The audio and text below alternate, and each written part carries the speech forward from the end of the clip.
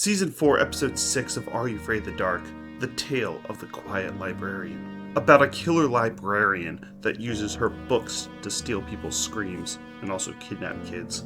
It's a story told by Kiki, a member of this Midnight Society, a group of kids that meets around this campfire every week to tell stories.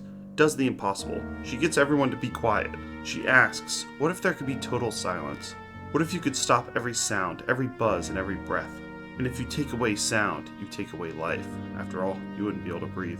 We get our main character, Lori Napier, this girl right here, who's a posh, upper-class, smart girl who gets straight A's and is Miss Perfect. She's been paired up with Jace, who is not as smart, not as clever for this history assignment. So she just decides to do all the work for him. He wants to contribute, but he doesn't exactly know how to.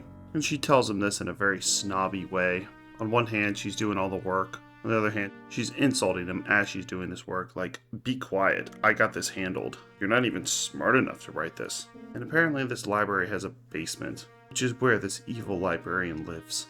In fact, Jace is less than helpful. He has Lori's notebook and he ends up leaving it in the library. So they come back to that library late at night and realize that it's closed since, in case you don't know, libraries close very early, in this case 7 p.m. So they decide to sneak into this library, climb up a pipe in order to get Lori's notebook. I do like the characterization of Lori. The character Lori is played by Shannon Duff, and she does a really good job in this episode, pulling off a role we've seen some other kids fail at. If you're going to come off as a smart kid, you got to speak very clearly.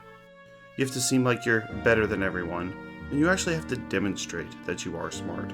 Shannon Duff was 15 years old when this came out, but she does seem much more mature than Jace does.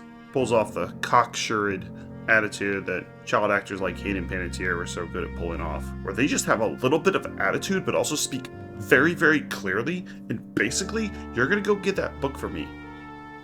She has less attitude than that, but Shannon Duff was in 2 episodes of Goosebumps, Magic School Bus, and her last acting credit was in Growing Up Creepy. A lot of child actors fizzled out in the early 2000s. Seemed like she left the industry, but at least she made it past the 90s. So many of these child actors just stop at like 99. And we get a jump scare. So as they're going through this library trying to find the notebook, they open one door, and this is before you really see the main villain, the Quiet Librarian.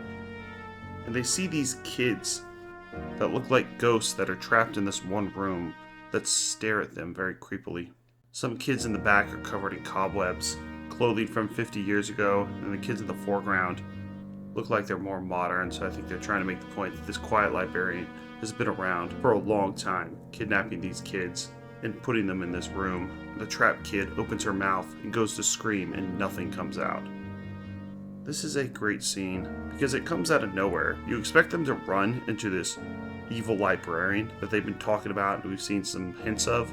You don't expect them to just open a door and find some kids with cobwebs all over them.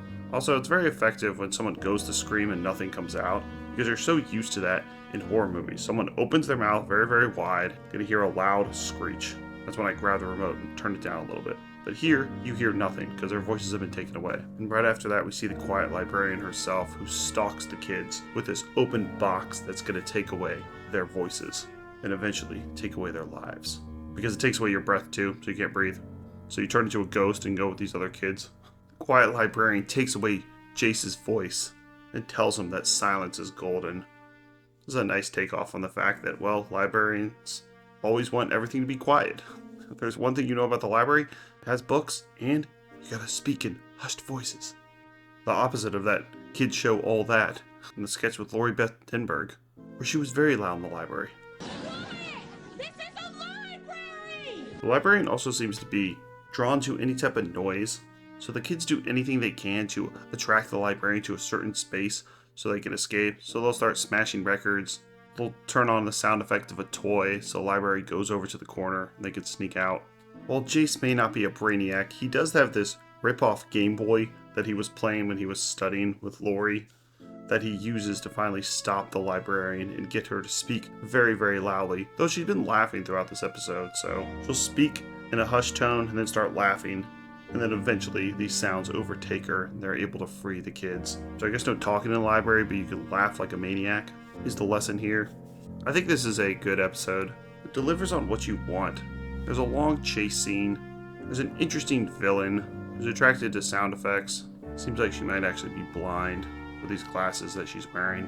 And the idea of stealing people's voices and trapping them for being too loud at the library is effective and also gives a good message. Respect that other people have to study, or else this librarian's gonna come after you. What's interesting about this episode is they don't do any backstory about this librarian.